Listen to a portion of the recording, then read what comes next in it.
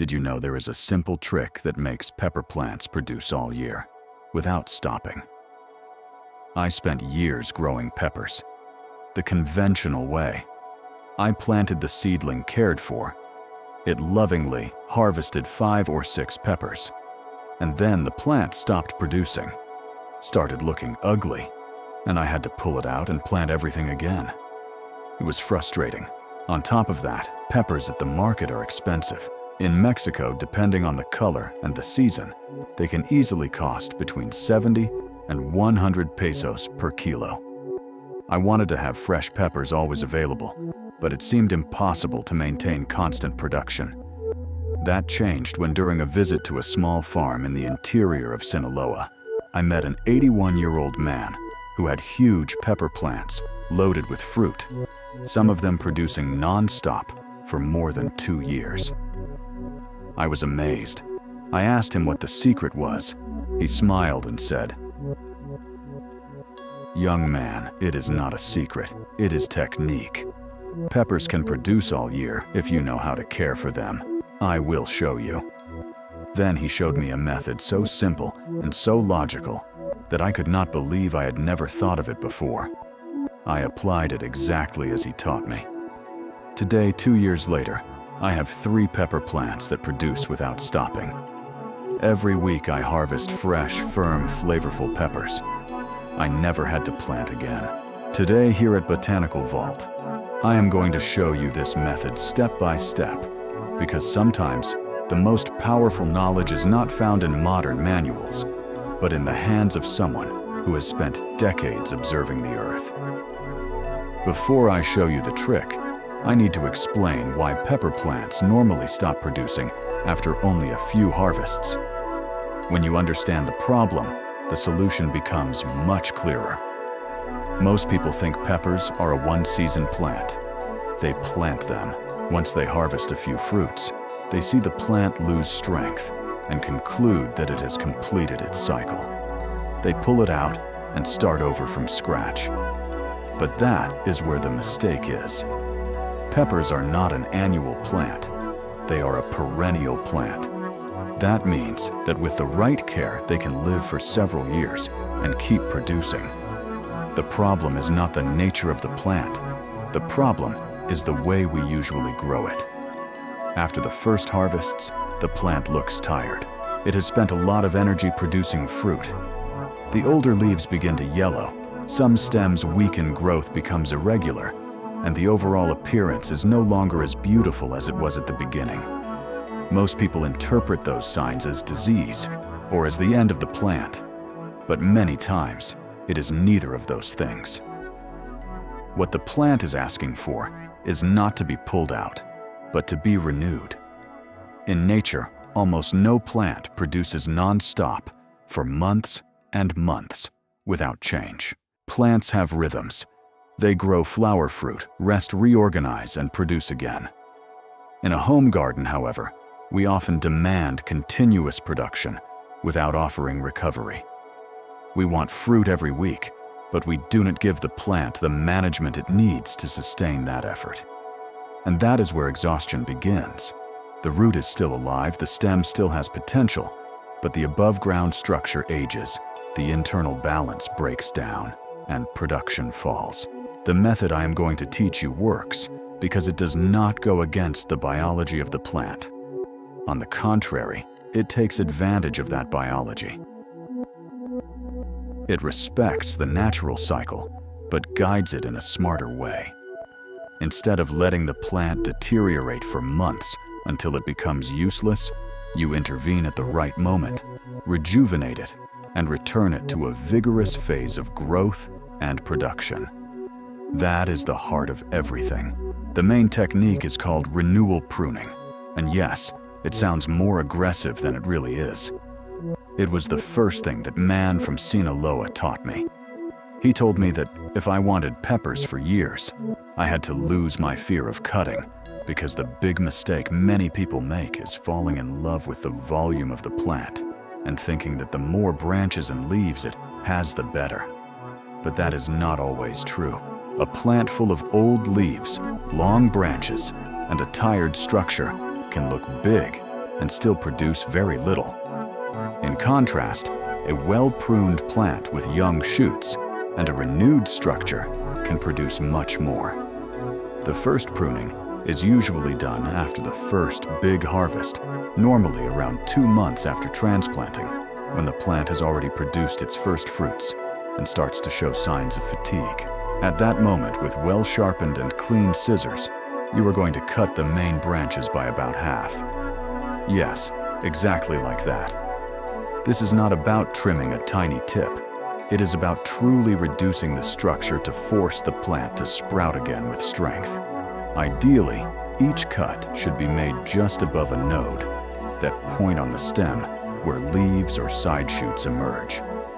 If the cut is made at a slight angle, even better, because the water drains off and the wound heals more easily. Along with that, you remove yellow leaves, dry branches, damaged parts, and any weak shoot that adds nothing.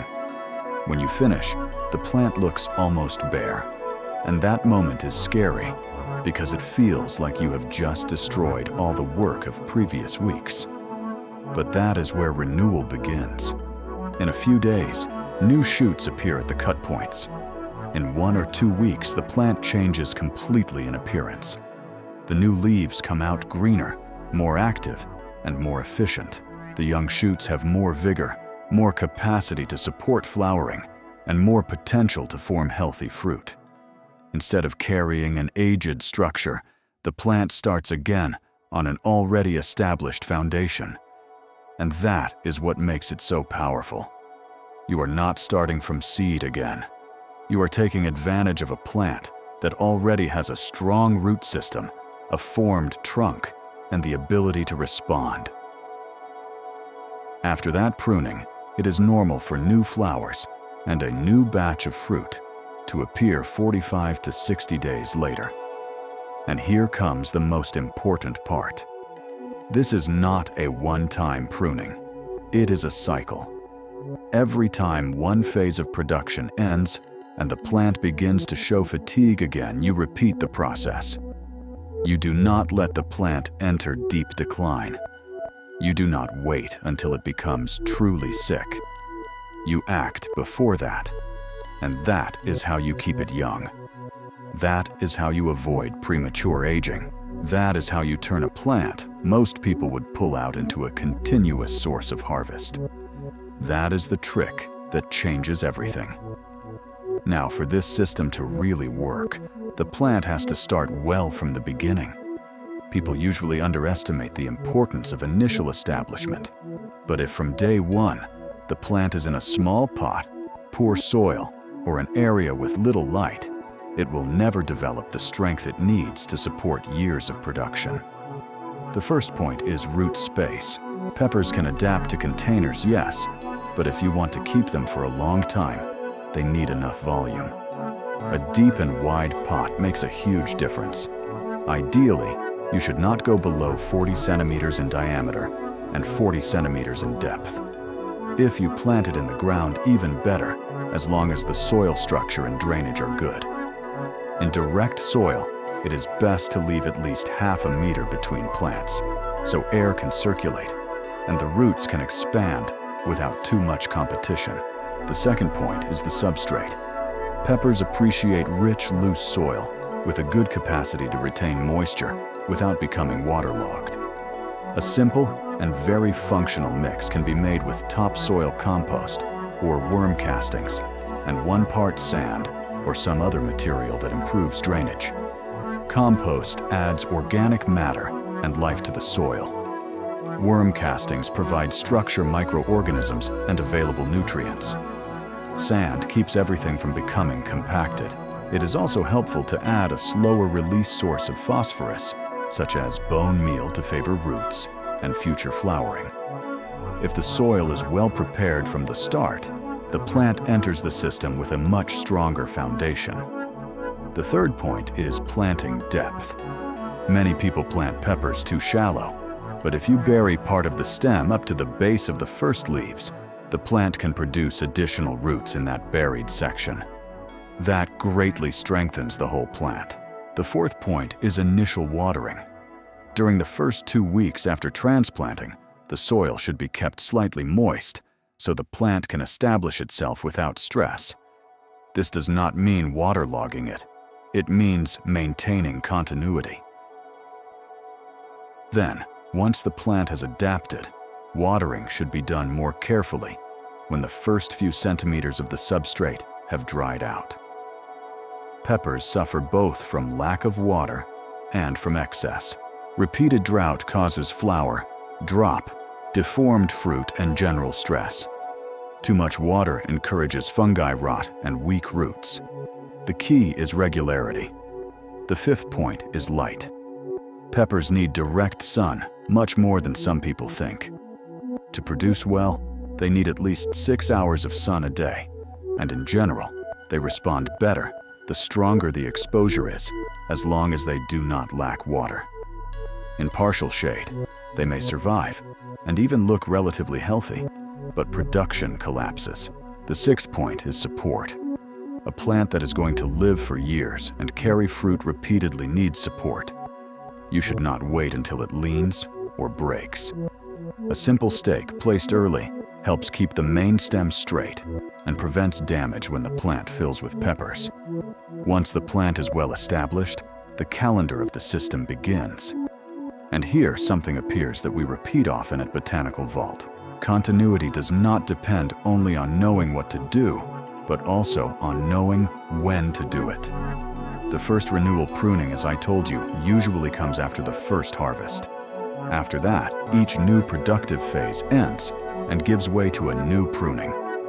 In practical terms, this often means a cycle of about 3 months between prunings, although it can vary a little depending on the climate, the variety, and the speed of growth. What matters is observing the plant. If it is finishing a big harvest, if it looks loaded and tired, if the foliage is aging and vigor is falling, that is the moment. You do not have to guess from a rigid calendar. You have to learn to read the language of the plant. Now imagine this applied not to 1 plant, but to 3. That was the system I adopted after proving that it worked. 3 plants, but staggered.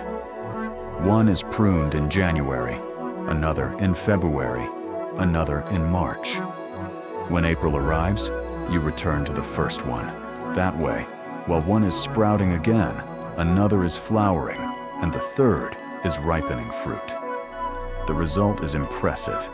You no longer depend on one abundant harvest, followed by weeks of waiting. You have a continuous flow.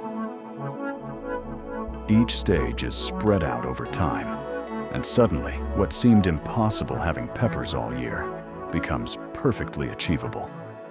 Not by magic, not with a miracle fertilizer, not with a secret seed, but through organization, observation, and management. But there is a second pillar that supports all of this fertilization. This is the point where many pepper growers fail without realizing it. They prune at the right time. They water more or less correctly. They give the plant sun. But they forget one thing. A plant cannot keep giving if the soil keeps being emptied. And peppers are a hungry crop. Every branch, every flower, every fruit is built from nutrients pulled out of the ground. If you keep harvesting and never rebuilding that reserve, the plant may survive, but it will not thrive. And survival is not the same as continuous production. That old farmer explained it to me in a very simple way. He said, after every harvest, the plant has paid you. Now you must pay the plant. I never forgot that sentence because it changes the whole relationship. Fertilizing is not an extra step. It is part of the cycle. Right after pruning, when the plant is preparing to push new shoots, I feed the root zone with compost and worm castings. If I have wood ash, I add only a small amount. If I have a mineral source rich in phosphorus, I use that too. Not too much, just enough to recharge the system. Then I water deeply, not a little sprinkle on the surface. A real watering that carries those nutrients down where the active roots are waiting. A few days later, the response begins. The buds swell. The cut branches wake up. New green points appear.